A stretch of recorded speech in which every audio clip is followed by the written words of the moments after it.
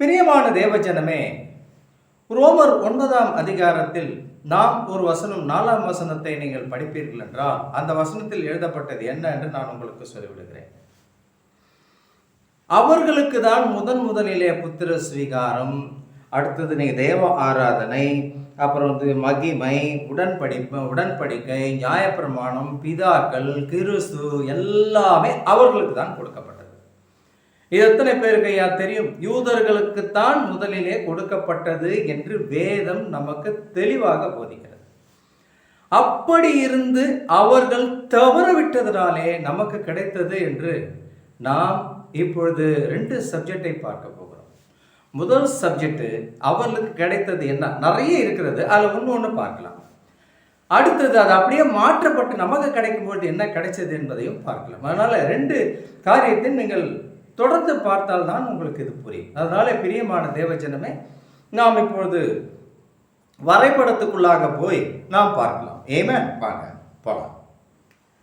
பிரியமான தேவஜனமே, பழைய ஏற்பாட்டின் காலத்திலே அதாவது கூடாரம் உண்டு. அந்த கூடாரத்துக்குள்ளாக தான் தேவன் வாசம் பண்ணினார் என்று நாம் படித்திருக்கிறோம்.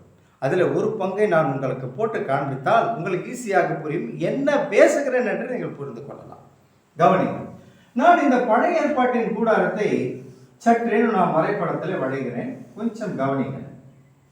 இப்பொழுது இது வெளிப்பிரகாரம் என்று சொல்லப்படுகிறதான ஒரு காரியம். இந்த வெளிப்பார பிரகாரத்திற்கு உள்ளாக தான் கவனிங்கள். இப்பொழுது இப்படி இருக்கும். இது ஒரு வாசல், இங்கே இது ஒரு வாசல், 2 வாசல். கவனிங்கள். இந்த 2 வாசலுக்குள்ளாக இங்கேதான் கிருபாசன பெட்டி இருக்கும். இதெல்லாம் நாம் பெரிய செய்தி மிக சுருக்கமாக உங்களுக்கு சொல்லிவிடுகிறேன். கவனிங்கள். இப்பொழுது கவனிங்கள். இதை சூழ்ந்து 4 ஜீவன்கள் இருக்கும். ஒன்று மனுஷ முகம், அதாவது காளை முகம், சிங்க முகம், கழுது முகம் என்று 4 முகங்கள் இதை சூழ்ந்திருக்கும். அதாவது 1, 2, 3, 4. இந்த 4ம் சூழ்ந்திருக்கும். சற்று கவனமாக கேளுங்கள். இது முக்கியமான ஒரு காரியத்தை நான் உங்களுக்கு காட்ட விரும்புகிறேன். ஏனென்றால் சத்தியம் இந்த நாட்களில் எப்படி இருக்கிறது என்பதை நீங்கள் பார்த்தால் தான் புரியும். ஆமென். இப்பொழுது கவனிங்கள். இந்த வெளிப்பிரகாரம் இருக்கிறதே, இந்த வெளிப்பிரகாரத்தில் தான் பிரியமான தேவஜனமே பலிகளை கொடுப்பார்கள். அதாவது பலி என்று சொல்லப்படும் பொழுது அநேக பலிகள் அல்ல.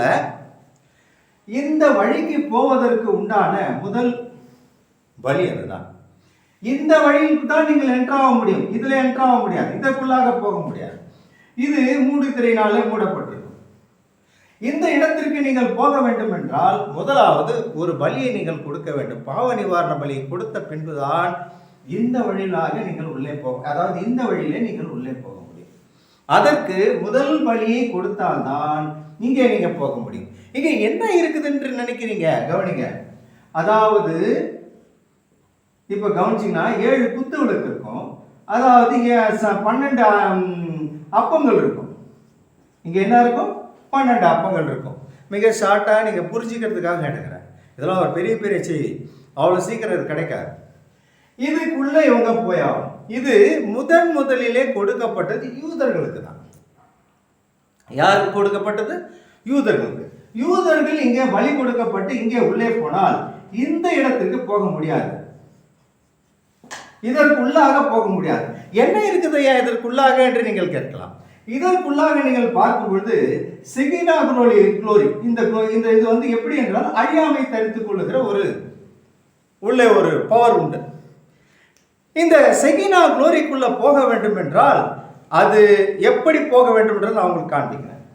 இப்போ இந்த பலியை நீங்கள் கொடுத்து உள்ளே போவீர்கள் என்றால் இந்த 7 குத்தவிளக்கும் அவங்களுக்கு தான், இந்த 12 அப்பங்களும் அவங்களுக்கு தான், இங்க தேவ ஆராதனையும் அவங்களுக்கு தான், முற்பிதாக்களும் அவங்களுக்கு தான், இந்த வழியாக வருகிற கிறிஸ்துவும் அவங்களுக்கு தான், நியாயப்பிரமாணமும் அவங்களுக்கு தான். எல்லாமே இது அனைத்துமே யூதர்களுக்கு தான். இது பவுல் ரொம்ப அழகா வெளிப்படுத்துறார். யூதர்களுக்கு தான் இது கொடுக்கப்பட்டிருந்தது என்று. ஆனால் அந்த பகுதி தான் நமக்கு பிறகு கொடுத்தார். இவர்கள் தள்ளிவிட்ட பிறகு நமக்கு அந்த பகுதி நாம் இரண்டாவது பகுதியாக பார்க்கலாம். இப்பொழுது கவனிங்கள், இந்த இடத்திலிருந்து நீங்கள் உள்ளே போய் இங்கே உள்ளே போக முடியாது. இங்கே உள்ளே போக வேண்டும் என்றால் திரும்பவும் ஒரு பலி. என்ன பலி கொடுக்க வேண்டும்? கவனிங்கள், இந்த இடத்துல சர்வாங்க தகன பலி கொடுத்தால்தான் உள்ளே போக முடியும். என்ன பண்ண முடியும்? இந்த சர்வாங்க பகனத்தை, இது பாவ நிவாரண பலி இதோட என்றாயிடும். இப்ப புரிஞ்சுக்கங்க, இந்த சர்வாங்க தகன பலி கொடுக்கறதுக்கு முன்னாடி அநேக ஆசாரியர்கள் ஒரு 10 பேர் போறாங்கன்னு வச்சுக்குவோம். ஒருத்த உயிரோட இருந்தாவே பெரிய காரியம். உங்களுக்கு தெரியுமா? ஏனென்றால் சிகப்பு நாடாவை கட்டி உள்ளே அனுப்புவார்கள். ஜனங்கள் அத்தனை பேர் இங்கே நிற்பார்கள். அப்படி அனுப்பப்படும் பொழுது இங்கே உள்ளே போய் அந்த சத்தமானது, அவன் நடக்கிற சத்தம், ஹோலி ஹோலி என்ற சத்தம் நின்று போனது என்றால் மரித்து போனான் என்ற அர்த்தம். உடனே அவர்கள் என்ன செய்வார்? இங்கே இருந்து பிடிச்சி வெளியே வலிப்பார்கள். இவன் இரண்டாவது பலி, பாவ நிவாரண பலியில் சர்வாங்க தகன பலியை கொடுத்த பின்னாடி தான் உள்ள போவோம் ஆசாரியன். அதுக்கு மத்தியில் போகவே முடியாது, யாருமே போக முடியாது. இதுதான் முதல்ல நடந்த சம்பவம். இது உங்களுக்கு புரிந்திருக்கும் என்று நான் எண்ணுகிறேன். ஏனென்றால் இந்த செகினார்நூரிக்கு போறதுக்கு வழி கிடையாது. சர்வாங்க தகன பலி கொடுத்தால்தான் போக முடியும். இது நீங்கள் என்னாகும் புத்தகத்தை எடுத்து வாசித்து 28ஆம் அதிகாரத்தை வாசிக்கலாம். காலையில ஒரு பலியும் சாயங்காலம் ஒரு பலியும் என்று சொல்லப்பட்டிருக்கும். ஒரு பலி இல்லையா, 2 பலி. காலையில ஒரு பலி பாவ நிவாரண பலி, சாயங்காலம் ஒரு பலி சர்வாங்க தகன பலி கொடுத்தால்தான் நீங்கள் இங்க உண்மை என்னதான் இருக்குது என்று நினைக்கிறீர்கள். கவனிங்கள் பிரியமானவர்களே, எல்லாமே இது அனைத்துமே உயிருள்ள பொருளாக இருக்கிறது. ஆரோனுடைய கோல் உயிருள்ளது.